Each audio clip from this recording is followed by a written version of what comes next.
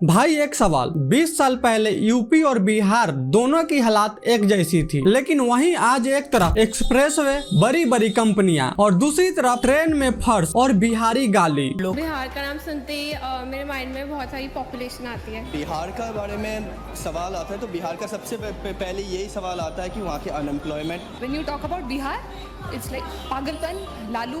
बिहार सुनते ही it's like कि कुछ नहीं हो सकता। जब भी मैं बिहार का नाम सुनती हूँ मेरे दिमाग में ना एक गरीबी जैसी इमेज आती है। बिहार के बारे में गरीबी है, क्राइम क्रिमिनलिटी इतनी ज़्यादा है कि उसको लेके आदमी सबसे पहला कॉन्सेप्ट आता है यार बिहारी बी वेयर। इसमें फर्क क्या पड़ा? नियत का फर्क पड़ा है। एनसीआरबी के ताजा डाटा देखो, यूपी में क्राइम रेट 28% कम हो गया है और वहीं मर्डर के डाटा भी नीचे गिर गया है। योगी आदित्यनाथ जी सत्ता में आते ही साफ कहा, अगर अपराध करोगे तो बख्शा नहीं जाएगा। यूपी के सारे माफिया या तो जेल में है या फिर भगवान के प्यारे हो गए। और वहीं दूसरी तरफ बिहार में सुशासन का ढोल 20 साल से जा रहा है, लेकिन वही बिहार में रंगदारी, दिन दहाड़े गोली मारने की खबर, रेप की खबर, अपराध की खबर हमेशा आती रहती है। योगी आदित्यनाथ जी कहते हैं कि बख्शा नहीं जाएगा अपराध करने वालों को, और हमारे बिहार के सुशासन बाबू नीतीश कुमार अपराधियों के साथ बैठ के मीटिंग करते हैं। यह सुशासन नहीं है, सुशासन के नाम पे ढोंग है। अब एक बार बिहार के पलायन देखो, छठ और दीपावली में बिहार आते हुए ट्रेन का हालात देखा है कभी? लोग जानवरों की तरह ट्रेन में ठूस के आते हैं। क्यों? क्योंकि अपने राज्य में पेट भरने का कोई साधन नहीं है। हर एक साल लाखों बिहारी दूसरे स्टेट में काम करने निकल जाते हैं। और वहीं दूसरी तरफ योगी आदित्यनाथ जी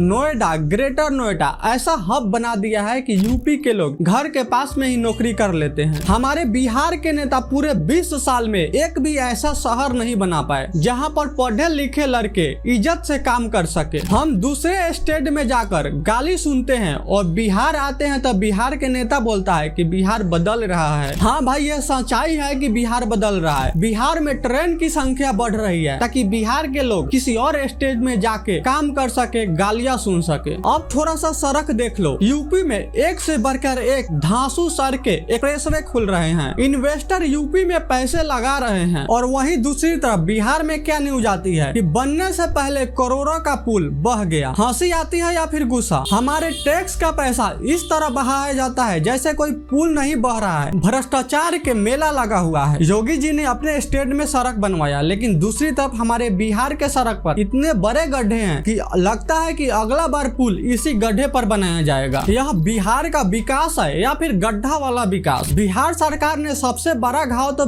बिहार के युवाओं को देती है। बिहार में युवा क्या चाहता है? मेहनत करे, पढ़ाई लिखाई करे, एग्जाम दे और नौकरी पाए। लेकिन बिहार सरकार युवाओं को क्या देती है? युवा साल भर पढ़ता है, एग्जाम देता है और फिर बाद में खबर आती है कि अरे यार पेपर तो लीक हो गया। बीपीएससी का एग्जाम हो या फिर टीचर का, हर बार यही ड्रामा चलता है। पेपर लीक माफियाओं को गिरफ्तारी तो होती है, लेकिन फिर भी स्टूडेंट का विश्वास नहीं होता है कि अगला बार पेपर दूंगा तो वो लीक नहीं होगा। स्टूडेंट सड़क पर प्रदर्शन कर उतरते हैं तो लाठी खानी पड़ती है। और इस बार तो स्टूडेंट पर गोली भी चलाया गया और वो भी AK-47 से। और वहीं दूसरी तरफ नीतीश कुमार गठबंधन बदलते रहते हैं, कभी इधर तो कभी उधर, लेकिन कुर्सी नहीं छोड़ते हैं। और इन सब में नुकसान किसका हुआ? तो आम स्टूडेंट का। नीतीश कुमार बिहार के प्रशासन चला रहे थे या फिर युवाओं के साथ गेम खेल रहे थे पेपर लीक का? डाटा साफ कहती है कि यूपी के पर कैपिटा इनकम बिहार के पर कैपिटा इनकम से काफी ज्यादा ऊपर है। बिहार अभी भी पूरे देश के सबसे गरीब राज्यों में गिना जाता है। योगी आदित्यनाथ जी ने अपना नियत साफ रखा, यूपी में अपराध कम किया, IT हब बनवाया, कंपनियों को इन्वाइट किया।